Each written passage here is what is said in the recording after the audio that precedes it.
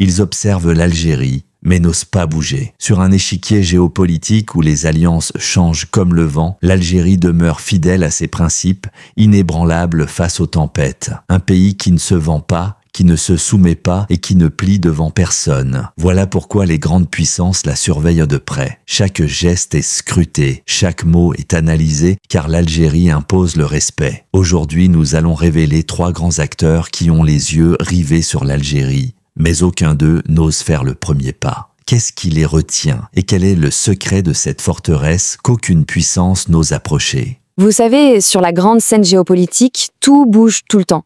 Les alliances, les tensions, mais il y a un pays qui semble presque immuable, qui suit sa propre voie, c'est l'Algérie. C'est une sorte de forteresse qui ne se plie à personne. Et ça, forcément, ça intrigue les plus grandes puissances. Alors on va plonger ensemble au cœur de ce mystère. Alors, la grande question, c'est celle-ci. Pourquoi est-ce que ces 3 géants, la France, les États-Unis, la Russie, observent l'Algérie, tournent autour, mais sans jamais vraiment agir?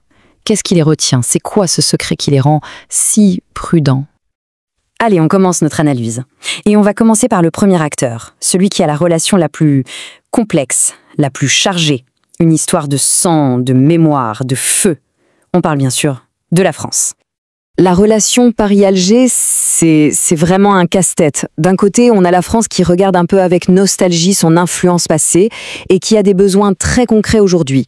L'énergie, la sécurité au Sahel, c'est vital. Mais de l'autre côté, il y a le poids de l'histoire, une histoire très lourde. Et surtout, il y a la réalité d'aujourd'hui. Une Algérie forte, une puissance avec laquelle il faut compter.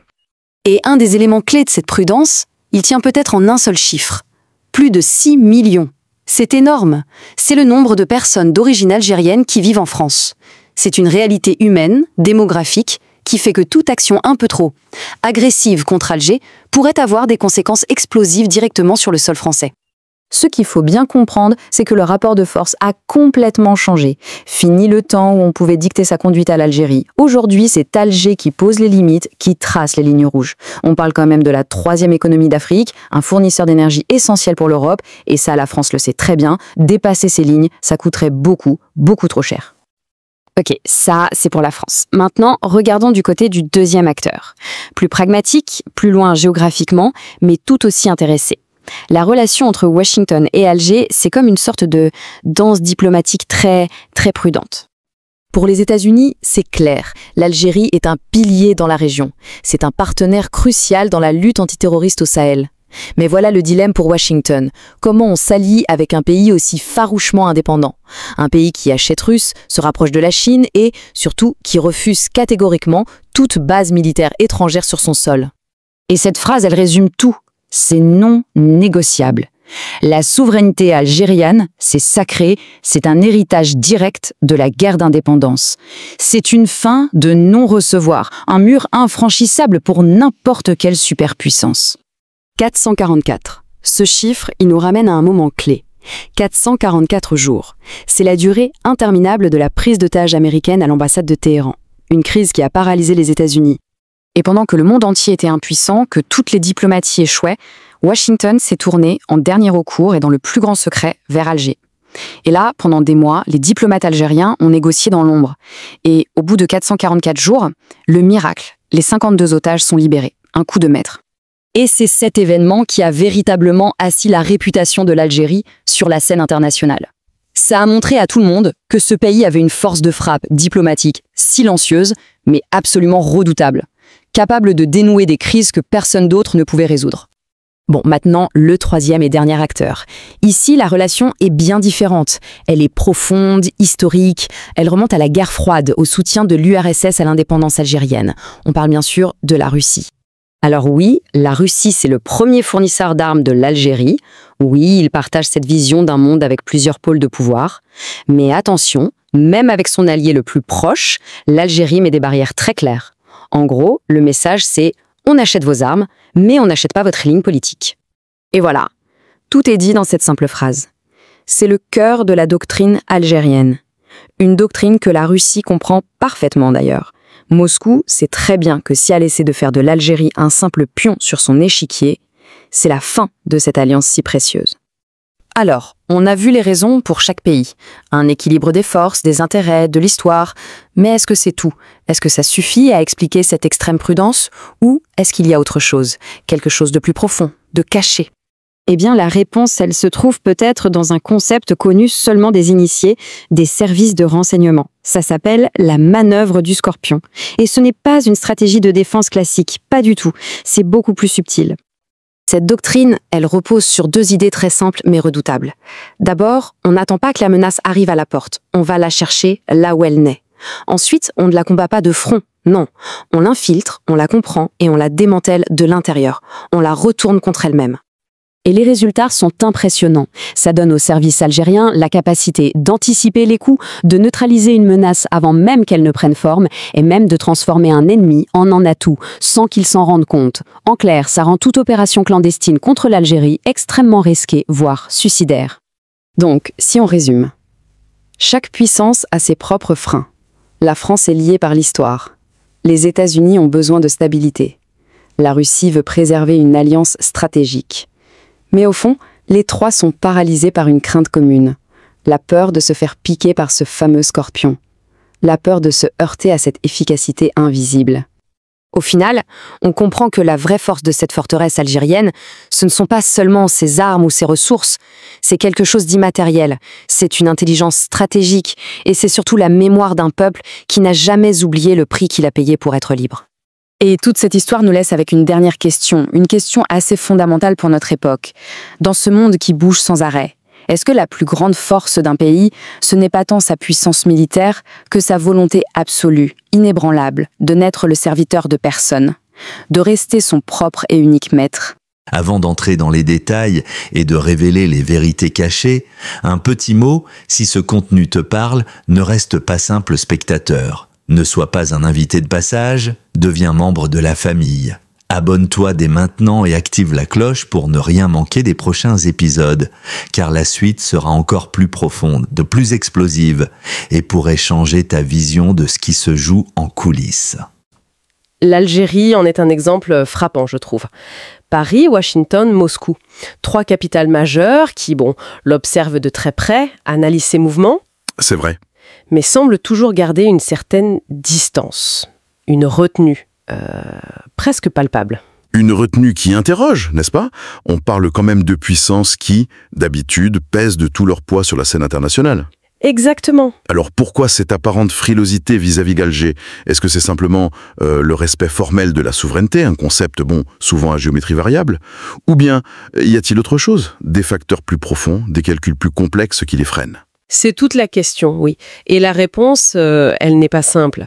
Elle se tisse à partir de fils historiques, d'intérêts stratégiques qui sont parfois contradictoires. Bien sûr. Et sans doute aussi d'une évaluation très très fine des capacités réelles d'Alger. Chaque acteur a ses propres raisons, ses lignes rouges non dites.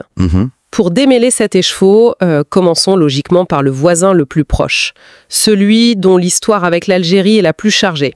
La France. À Paris. La relation passionnelle, on pourrait dire. Presque névrotique parfois. Oui, c'est un peu ça. On imagine bien que pour la France, l'Algérie, ce n'est pas juste un pays sur une carte. Non, c'est un miroir, un passé qui ne passe pas, des mémoires qui s'entrechoquent en permanence. C'est clair. Mais au-delà de ces fantômes de l'histoire, quels sont les enjeux concrets aujourd'hui qui dictent cette prudence française? Alors, les enjeux sont cruciaux et très contemporains. D'abord, il y a l'impératif énergétique. C'est devenu encore plus aigu depuis la reconfiguration des approvisionnements européens après la guerre en Ukraine. Oui, le gaz algérien. Exactement. L'Algérie est un fournisseur de gaz majeur et la France, comme l'Italie ou l'Espagne d'ailleurs, ne peut pas se permettre de fragiliser cette source. Logique. Ensuite, il y a la dimension sécuritaire. Le Sahel, c'est une poudrière, on le sait. Et Paris a besoin, qu'elle l'admette ouvertement ou non, d'un partenaire stable et capable au sud de la Méditerranée. Et l'Algérie, avec son armée, son expérience? Voilà. Avec son armée puissante et son expérience de la lutte antiterroriste, elle est cet acteur incontournable. Donc, Paris observe tous. Les contrats d'armement algériens, les visites diplomatiques à Alger, les déclarations politiques, chaque signe est décrypté, analysé. Observation attentive. D'accord. Mais n'est-ce pas là une posture un peu passive pour une puissance comme la France? Elle n'hésite pas, ailleurs en Afrique ou au Moyen-Orient, à jouer un rôle plus directif, disons. Oui, parfois plus interventionniste même. Voire à intervenir quand ses intérêts semblent menacés. Alors, s'agit-il vraiment d'une crainte calculée ou plutôt d'une forme d'impuissance, une sorte de nostalgie paralysante face à un pays qui, au fond, lui a définitivement échappé? Je pencherais plutôt pour une crainte très calculée, fondée sur plusieurs facteurs. Le premier, on l'évoque souvent, c'est l'impact potentiel d'une crise ouverte avec Alger sur la cohésion sociale en France même. Ah oui, la diaspora. Vu l'importante population d'origine algérienne. C'est un levier sensible et Alger sait en jouer subtilement quand les relations se tendent. D'accord. Mais il n'y a pas que ça, j'imagine. Non. Au-delà de ça, il y a une réalité géopolitique, tout simplement. L'Algérie d'aujourd'hui, ce n'est plus celle des années 90. C'est une puissance économique régionale, la 3e économie africaine quand même. Tout à fait. Un acteur énergétique dont la voix compte. Un pays qui a diversifié ses partenariats et qui n'hésite pas à fixer des limites très claires. Et à les faire respecter. Tenter une déstabilisation, même indirecte, ce serait non seulement hasardeux, mais potentiellement suicidaire pour les intérêts économiques et sécuritaires français. Paris a déjà pu tester par le passé la fermeté des réactions algériennes. Oui, il y a eu des précédents. Quand certaines limites étaient approchées, la réponse a toujours été nette, très peu de place à l'ambiguïté. Donc, Paris analyse, évalue, peut-être espère des évolutions internes, qui sait, mais elle ne franchit pas certaines lignes. Le coût serait trop élevé. Intéressant. Alors, si la relation avec Paris est si contrainte par l'histoire et ce pragmatisme actuel, qu'en est-il de Washington? A priori, moins de passif colonial direct, une approche peut-être plus transactionnelle. On pourrait le penser. Expliquer que ce partenaire incontournable dans la lutte antiterroriste, comme ils aiment à le décrire, ne soit pas plus aligné sur les positions américaines, surtout face à la Russie ou la Chine, par exemple. C'est le grand dilemme américain face à Alger. D'un côté, Washington reconnaît et apprécie la puissance régionale algérienne. Son armée est l'une des plus importantes et des mieux équipées d'Afrique, il faut le dire. C'est vrai. Son expérience dans la lutte contre le terrorisme islamiste, acquise au prix fort pendant la décennie noire, elle est considérée comme précieuse, surtout dans le contexte sahélien actuel. C'est un atout indéniable pour la stabilité régionale vue de Washington. D'accord, ça c'est le côté positif pour eux. Voilà. Mais de l'autre côté, l'Algérie refuse obstinément tout alignement automatique. Elle poursuit ses achats massifs d'armement russe. On parle de contrats en milliards de dollars. Oui, ça ne plaît pas à tout le monde à Washington. Clairement, elle développe ses relations économiques et politiques avec Pékin et surtout, elle maintient un principe intangible, le refus catégorique de toute base militaire étrangère sur son sol, un sol qualifié de sacré, imprégné par le souvenir des martyrs de la guerre de libération. C'est une ligne rouge absolue. Ce refus de l'alignement, cette indépendance farouche, l'Amérique accepte ça? Bon, d'une puissance régionale, certes, mais face à une superpuissance habituée à façonner ses alliances, à obtenir des facilités militaires un peu partout. C'est vrai que ça peut surprendre. On a du mal à croire que Washington se contente de ce statut d'observateur un peu distant. Il n'y a pas une frustration palpable? Des pressions en coulisses peut-être? Oh, des pressions, il y en a sans doute. Des frustrations, certainement. Notamment dans certains cercles au Congrès ou au Pentagone qui voient d'un très mauvais œil les liens Alger-Moscou. Bien sûr. Mais Washington semble avoir tiré les leçons d'expériences passées ailleurs dans le monde. Tenter de forcer la main à Alger, de la contraindre à choisir un camp de manière trop abrupte, ce serait probablement contre-productif. Le risque serait de la jeter dans les bras des autres. Exactement. Le risque serait de la pousser encore davantage vers Moscou ou Pékin, ce qui serait un échec stratégique majeur pour les États-Unis en Méditerranée et en Afrique du Nord. Donc, il préfère, semble-t-il, maintenir un dialogue, une coopération ciblée. Laquelle, par exemple? Notamment dans le domaine du renseignement et de l'antiterrorisme. Ça fonctionne de manière discrète, mais réelle, apparemment. Plutôt qu'une confrontation ouverte qui leur ferait perdre un acteur capable, malgré tout, de jouer un rôle stabilisateur. Et puis, il ne faut pas oublier non plus une dimension historique, souvent méconnue d'ailleurs. Ah oui. Le rôle absolument crucial joué par la diplomatie algérienne dans la résolution de la crise des otages américains en Iran en 1980-1981. Ah oui, l'affaire des otages de Téhéran, hein. C'est vrai, on l'oublie souvent. Exactement.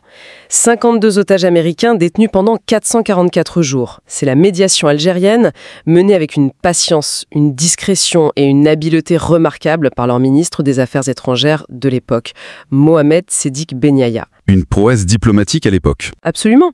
C'est ça qui a permis le dénouement heureux. Les archives américaines le montrent bien, la complexité de ces négociations.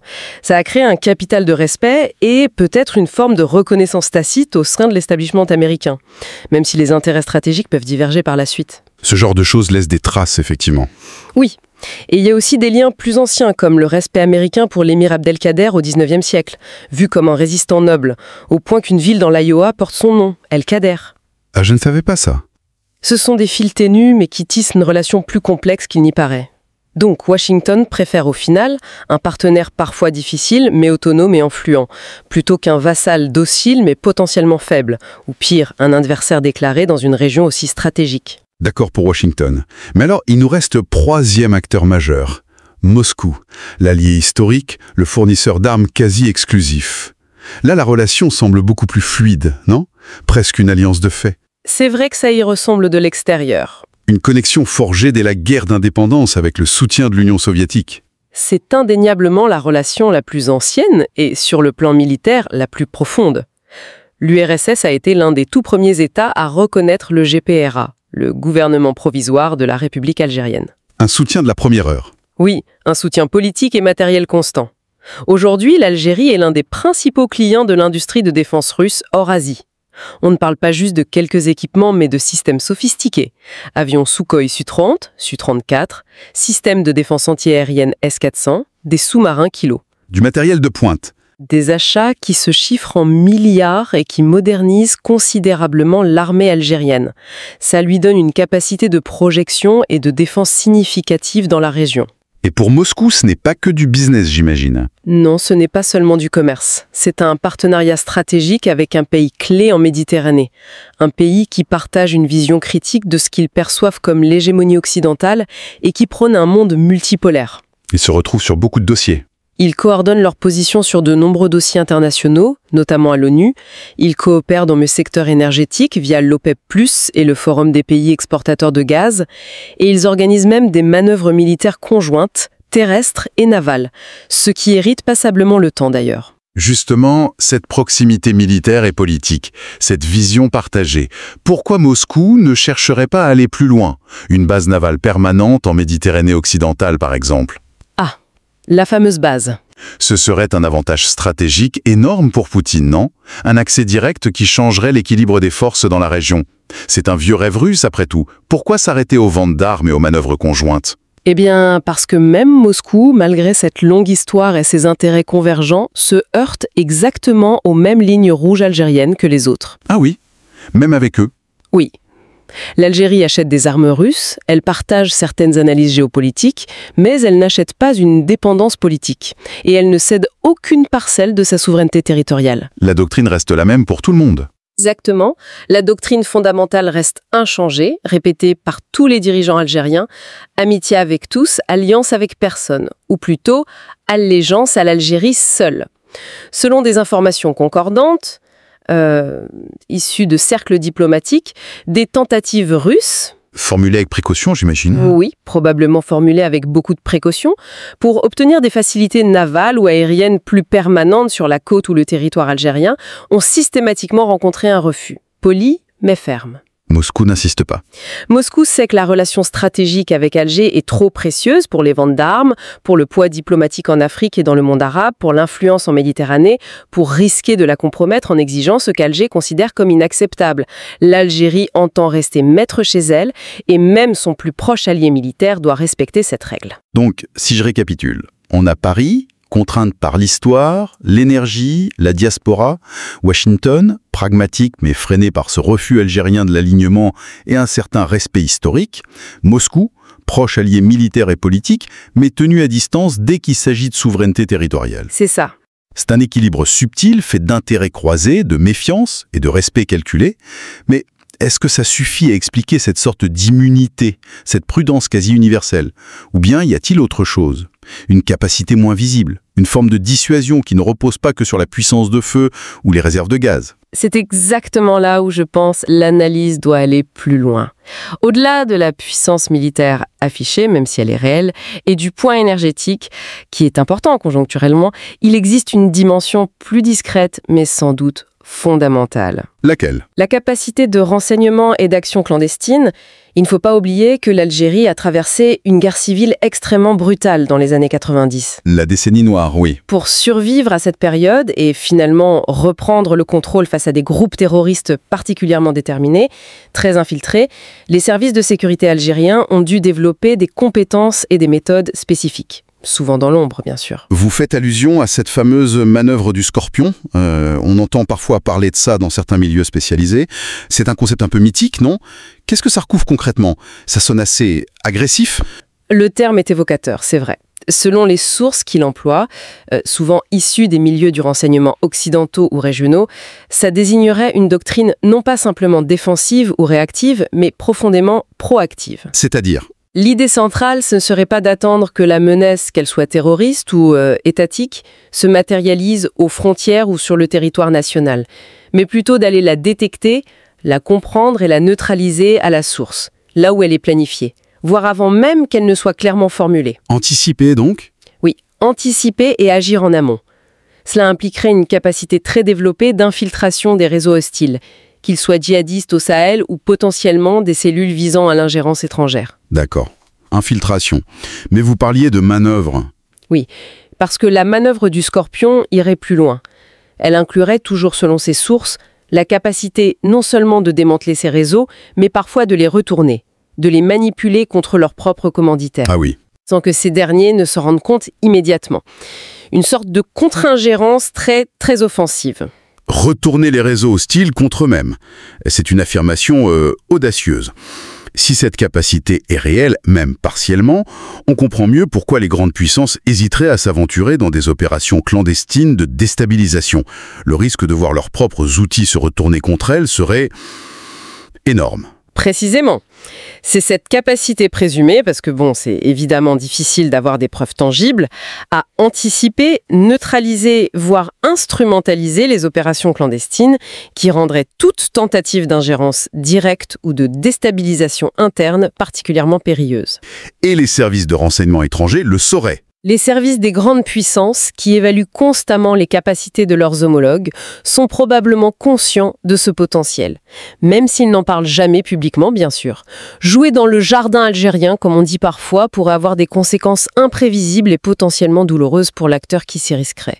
C'est une forme de dissuasion invisible basée sur la réputation et peut-être sur quelques démonstrations passées restées confidentielles. Ce qui nous amène à une vision plus complexe de la forteresse Algérie. Elle ne reposerait pas seulement sur ses murs visibles, l'armée modernisée, les ressources énergétiques stratégiques. Non. Mais aussi sur un cerveau caché, des services de renseignement considérés comme efficaces, redoutables même, et surtout sur une culture stratégique profondément marquée par le prix de l'indépendance et cette méfiance viscérale envers les ingérences extérieures. Exactement. C'est cette combinaison à puissance conventionnelle, levier énergétique, profondeur historique et cette capacité de renseignement présumée. C'est ça qui explique sans doute cette posture d'observation prudente des grandes puissances. Les regards restent braqués sur Alger, oui, non pas forcément dans l'attente d'une faille pour s'y engouffrer, mais peut-être avec la conscience aiguë qu'une déstabilisation de ces pays pivots, eh bien, ça aurait des conséquences potentiellement catastrophiques. Bien au-delà de ses frontières. Ça risquerait d'embraser toute la région. Toute une région déjà très instable, du Sahel jusqu'aux rives de la Méditerranée. Une puissance discrète donc, dont la résilience tiendrait autant à sa capacité d'anticipation et à ses connaissances intimes des jeux d'influence qu'à sa force militaire ou économique. Tout à fait. Et ça soulève une question qui dépasse le seul cas algérien finalement. Une question fondamentale pour notre époque. Dans ce monde hyper connecté, saturé d'infos, de désinfos, où les menaces sont de plus en plus hybrides, diffuses, est-ce que la véritable invulnérabilité, la véritable souveraineté, ne réside pas moins dans la démonstration de force brute que dans autre chose? Que dans la maîtrise de l'information, oui. La capacité à décrypter les intentions cachées et à déjouer les manœuvres adverses avant même qu'elles ne prennent forme. C'est une réflexion à méditer, je crois.